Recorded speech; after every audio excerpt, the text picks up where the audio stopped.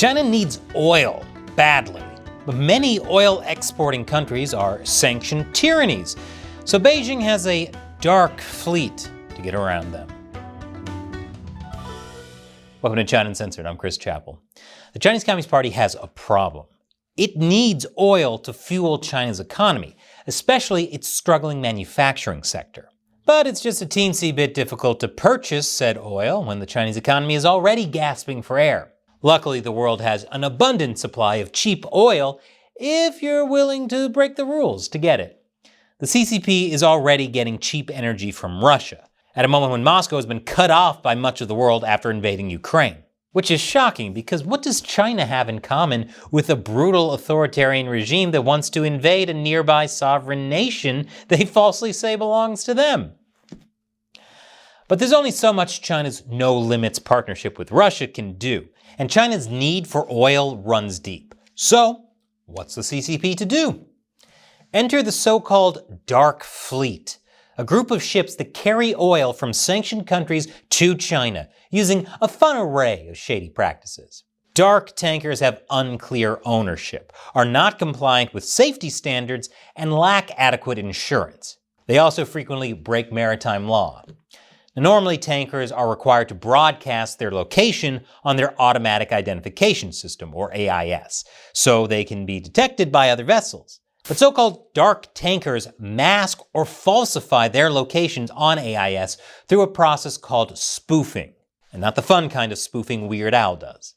Additionally, many of these dark tankers turn off their transponders entirely and sail under false flags, making them even harder to detect. All of this is incredibly illegal, of course. But as we know, China sees international laws as suggestions. Specifically, we suggest you ignore us entirely. And policing the situation is challenging. Last year, the International Maritime Organization, or IMO, which is the United Nations shipping agency, issued a resolution expressing grave concern over the prevalence of dark tankers, adding that there were as many as 600 tankers servicing this shadow trade. That's a lot of ships. That's about double the size of the US Navy. Of course, Russia and Iran objected to the resolution, which, given that China uses dark tankers to import their sanctioned oil on a massive scale, kind of makes sense.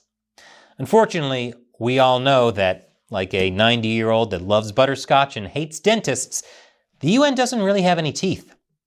And these dark tankers also frequently sail through contested waters like the South China Sea. In fact, according to the US Energy Information Administration, nearly 90% of China's oil shipments pass through the South China Sea. But how do these organizations, like the International Maritime Organization or the US Energy Information Administration, even know what's going on with these dark fleets? The answer is independent organizations, like the maritime analysis group Kepler, or the space-based data firm Spire Global, which uses satellites to track the location of vessels. Additionally, smaller organizations and watchdogs have been working to track such ships for years using open-source intelligence on social media websites, among other things. And now they're getting even better at it. Unfortunately, none of that stops the dark fleets from happening, and there are consequences to having a bunch of ships sail around with spoofed transponders.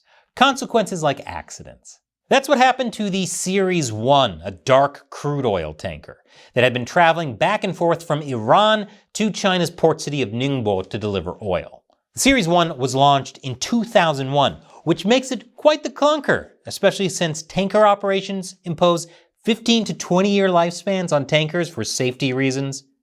Which is crazy, because Iran and China are so well known for caring about safety. According to shipping databases, the ship is owned and operated by Hong Kong-based Series Shipping Limited, a company that has no online presence, publicly available contact details, or known means of communication. The Hong Kong Ship Owners Association, which is the main trade group for ship owners in Chinese territory, said it wasn't aware of the company. But from 2019 to 2021, the Series 1 was operated by the Shanghai-based company Shanghai Prosperity Ship Management, which shares contact details with another shipping business whose owners were placed under sanctions by the United States for oil transactions with Iran, according to corporate records. They call these ships dark fleets for a good reason. It's all super shady. On July 19th, the Series 1, which was sailing under the Sao Tome and Principe flag, collided with a Singapore-flagged oil tanker called the Hafnia Nile, with both ships catching fire. The one time China spraying down a boat would have been a good thing, and they're nowhere to be found. The incident happened 55 miles northeast of the Singaporean island of Pedra Branca. Some crew members from both ships sustained injuries, and the ships were towed to a Malaysian port for an investigation. The Director General of Malaysia's Marine Department said that the Hafnia Nile is hazardous, as it is still carrying its petroleum cargo, which was destined for Japan. He also added the tanker was severely burnt and its superstructure was compromised, though its cargo was intact. Meanwhile, the Series 1 had just offloaded its oil cargo in China before the collision happened, and was on its way back to Iran at the time of the accident. So maybe this time we were lucky? Maybe I shouldn't use that word considering the reason the ship was there in the first place. Malaysian authorities reported that the Series 1 experienced technical difficulties, and that was the reason for the collision. But remember those independent analysts I talked about? They looked at the data and said it was more likely that the crash happened because the Series 1 was spoofing its location. In this case, nobody died. But it's not hard to imagine something worse happening with an old, uninsured Dark Fleet ship in the future. Clearly, using ships that are unregulated has a ton of risks, and China knows that.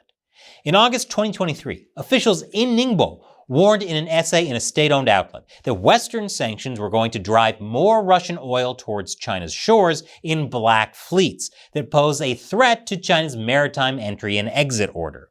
Yes, it's the West's fault that China wants to get cheap oil. This is like buying stolen goods from a pawn shop and saying, if you didn't want me buying from them, then regular Rolexes shouldn't have been so expensive. Around that time, authorities in Shandong began detaining tankers with safety lapses. So at least one local government in China sees the writing on the wall. And then there's the environmental factor, because the CCP doesn't just love harming the interests of the West, it also likes harming the planet. As I mentioned, a lot of these ships aren't in the best of shape. They're about as modern as New Coke. And if any of my younger viewers are wondering, what's New Coke? Exactly. And many of them sail through tropical seas, such as the South China Sea, Arabian Sea, or Strait of Malacca. Should a collision or malfunction occur, it might lead to a devastating oil spill in some of the world's most vulnerable coral reef systems and fisheries, which could also harm the food stores and economies of nearby countries. Of course, many of these are countries that China doesn't particularly get along with, so it's no wonder they've been so blasé about the potential environmental and safety risks. In recent years, the portion of the South China Sea near Malaysia has become a hotspot for dark fleet oil activity, especially for ship-to-ship transfers of oil, which is when tankers mix sanctioned oil with oil from elsewhere to deliver as blends. That only further increases the risks of collision and pollution, especially when ships aren't broadcasting their location or are transferring quickly.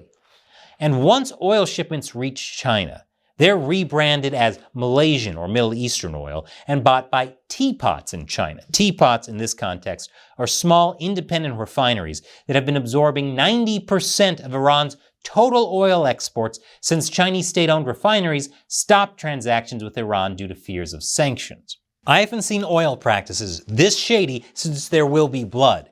Only instead of drinking, they're blending the milkshakes. They're blending them up! Making matters more difficult, the CCP avoids getting US sanctions on its larger banks by using smaller banks, such as the Bank of Kunlun, to pay Iran with renminbi.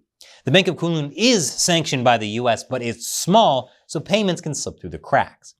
Iran can either use that money to buy Chinese goods or stash it in a Chinese bank, either of which helps the CCP. Among groups that track ship movements, the Series 1 was widely known to be part of a dark fleet of tankers operating outside international regulations to feed China's appetite for sanctioned crude oil.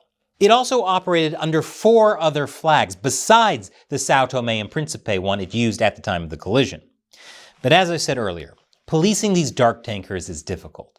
And these dark fleets operating in the Indo-Pacific are just a big accident that's already occurred and an even bigger one waiting to happen. So we need to do something to stop them, because the only spoofing I want to hear about is from Weird Al. China Uncensored makes these episodes so the CCP can't keep these fleets or anything else in the dark. That's why we need your help. We have a brand new premium subscription website we're about to launch. But until it's ready, I'll answer questions from fans who support the show on the crowdfunding website patreon.com/China Uncensored.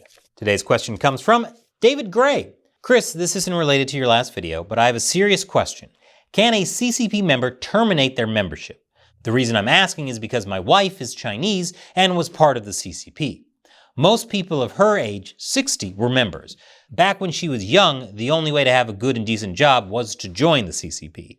I know that her parents were members, and her sisters and brother-in-laws are currently. My wife told me before we got married 13 years ago that she had terminated her membership. Is this possible? That's a really interesting question. So yes, you can technically do that. You have to pay membership dues to the party to stay a member. But there's also party organizations like the Youth League and Young Pioneers that kids are basically forced into. And even if you aren't a party member, the party makes you swear loyalty to it. I know there's a movement called Tweedong, which means quit the party, started by Falun Gong practitioners to get people to formally quit the party and all its other organizations. Currently, they claim to have gotten over 400 million people to quit. Now that's obviously way more people than there are party members, so I think that goal is more about getting every Chinese person to formally reject the Communist Party. Thanks for your question, David. Thank you for watching. Before you go, to get around YouTube censorship, I've been hiding controversial topics in gaming content. Check out the latest about the grooming of adolescents in the new game, Life is Strange Double Exposure. Click here and let me know what you think. Once again, I'm Chris Chappell. See you next time.